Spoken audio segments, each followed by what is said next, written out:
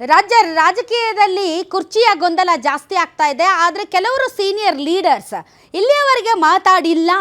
ಆ senior leaders ಕೆಲವೊಬ್ಬರು ಸಿದ್ದರಾಮಯ್ಯನವ್ರ ಜೊತೆ ಇದ್ದಾರೆ, ಇನ್ನು ಕೆಲವರು ಡಿ.ಕೆ. ಶಿವಕುಮಾರ್ ಜೊತೆ ಇದ್ದಾರೆ. ಸಿದ್ದರಾಮಯ್ಯನವ್ರ ಜೊತೆ ತುಂಬ ಚೆನ್ನಾಗಿರೋರು ಕೆ.ಜೆ. George power minister.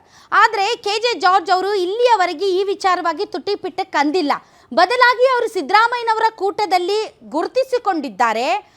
ಮತ್ತು ಸಿದ್ದರಾಮಯ್ಯನವರು ಇವತ್ತೇನು ಪಟ್ಟು ಹಿಡಿದು ನಿಂತಿದ್ದಾರಲ್ಲ, ಅದರ ಹಿಂದೆ ಕೆ.ಜೆ. ಜಾರ್ಜ್ ಅವರ ಸಪೋರ್ಟ್ ತುಂಬ ಇದೆ ಅಂತ ಹೇಳ್ತಾರೆ.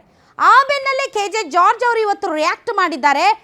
ಕಾಂಗ್ರೆಸ್ನಲ್ಲಿ ಯಾವುದೇ ಭಿನ್ನಾಭಿಪ್ರಾಯ ಇಲ್ಲ, ಡಿ.ಸಿ.ಎಂ ಮನವೊಲಿಸೋದಕ್ಕೆ ಹೋಗಿಲ್ಲ, ಅದೆಲ್ಲ ಸುಳ್ಳು.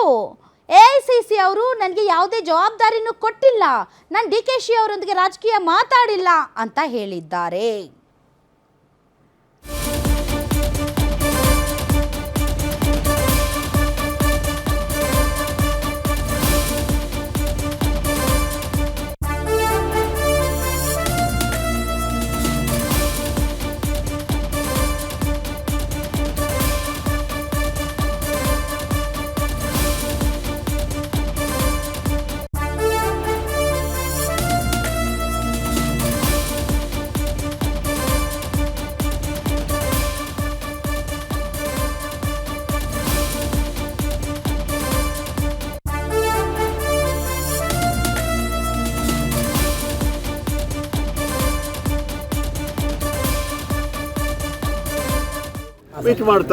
ಅಲ್ಲ ಸರ್, ಈಗ ನಿಮ್ಮ ಅಲ್ಲ ಎ.ಐ.ಸಿ.ಸಿ ಇದ್ದರು ನಿಮಗೆ ಏನು ಪ್ರತಿನಿಧಿಯಾಗಿ ಕಳಿಸಿದ್ರ ಸಿ.ಎಂ ಮತ್ತು ಡಿ.ಸಿ.ಎಂ ಹತ್ರ?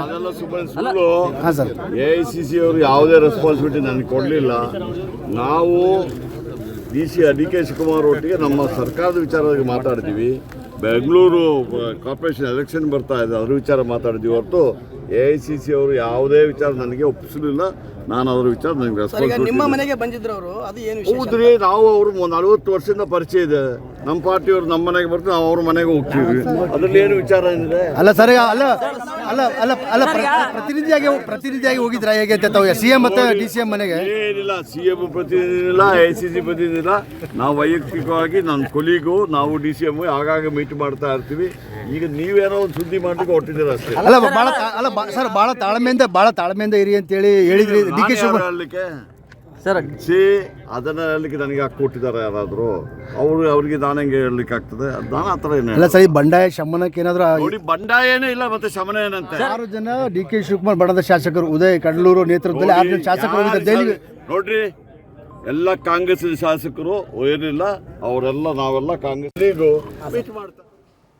ಎಸ್, ಡಿ.ಕೆ. ಶಿವಕುಮಾರ್ ಮತ್ತು ಮುಖ್ಯಮಂತ್ರಿ ಸಿದ್ದರಾಮಯ್ಯನವರ ಮನವೊಲಿಸೋದಕ್ಕೆ ಕೆ.ಜೆ. ಜಾರ್ಜ್ ಅವರನ್ನು ಕಳಿಸ್ತಾ ಹೈಕಮಾಂಡ್ ಮಾತಾಡೋದಕ್ಕೆ ಅಂತ. ಅದಕ್ಕೆ ಅವ್ರು ಸ್ಪಷ್ಟವಾಗಿ ಹೇಳಿದ್ದಾರೆ, ನನಗೆ ಹೈಕಮಾಂಡ್ ಯಾವುದೇ ಟಾಸ್ಕ್ ಕೊಟ್ಟಿಲ್ಲ, ನಾನು ಅದಕ್ಕೆ ಅಂತ ಹೋಗಿಲ್ಲ, ನಾನು ಬೆಂಗಳೂರಿನ ಶಾಸಕನಿದ್ದೇನೆ, ಸಚಿವನಿದ್ದಾನೆ, ಆ ಒಂದು ಕಾರಣಕ್ಕೆ GBA ಮತ್ತು ಇತರೆ ವಿಚಾರಗಳ ಬಗ್ಗೆ ಚರ್ಚೆ ಮಾಡೋಕ್ಕೆ ಹೋಗಿದ್ದೆ, ನಾನು ಯಾರು ಅವರ ಮನವೊಲಿಸೋದಕ್ಕೆ, ಯಾವ ರೀತಿಯಾದಂಥ ಗೊಂದಲನೂ ಇಲ್ಲ ಅಂತ.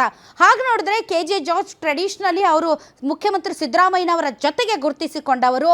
ಮತ್ತು ಇವತ್ತೇನು 2.5 ವರ್ಷಗಳ ನಂತರ ಅಧಿಕಾರ ಹಸ್ತಾಂತರ ಮಾಡಬೇಕಾಗಿತ್ತು, ಅದನ್ನು ಮಾಡದೇ ಇರೋದಕ್ಕೆ ನೀವು ಕೊಡಬೇಡಿ, ನಿಮ್ಮ ಜೊತೆ ನಾವಿದ್ದೇವೆ ಅಂತ ಅವರಿಗೆ ಶಕ್ತಿ ತುಂಬ್ತಾ ಇರೋರು, ಯಾರಿಗೆ?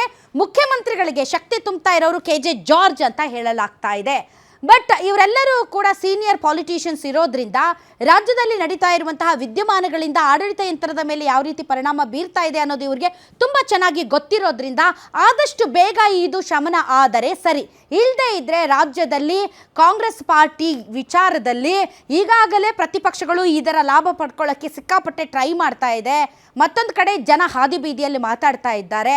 ಹೀಗೆ ಇದನ್ನು ಮುಂದುವರಿಸಿದರೆ ಪಕ್ಷಕ್ಕಾಗೋ ಡ್ಯಾಮೇಜ್ ಮುಂದಿನ 2028ಕ್ಕೆ ತುಂಬ ದೊಡ್ಡದಾಗಿರುತ್ತೆ. ಸೊ ಎನಿವೇಸ್, ನಾಳೆ ಹೋಗ್ತಿದ್ದಾರೆ ಮಲ್ಲಿಕಾರ್ಜುನ್ ಖರ್ಗೆ ಅವರು ರಾಹುಲ್ ಗಾಂಧಿ ಅವ್ರನ್ನ ಭೇಟಿ ಮಾಡೋಕ್ಕೆ. ನಾಳೆ ಏನಾದರೂ ಒಂದು ಪ್ರಾಬ್ಲಮ್ ಸಾಲ್ವ್ ಆಗುವ ನಿಟ್ಟಿನಲ್ಲಿ ಒಂದು ಸೊಲ್ಯೂಷನ್ ಬರಬಹುದು ಅಂತ ಅನ್ನಿಸುತ್ತದೆ.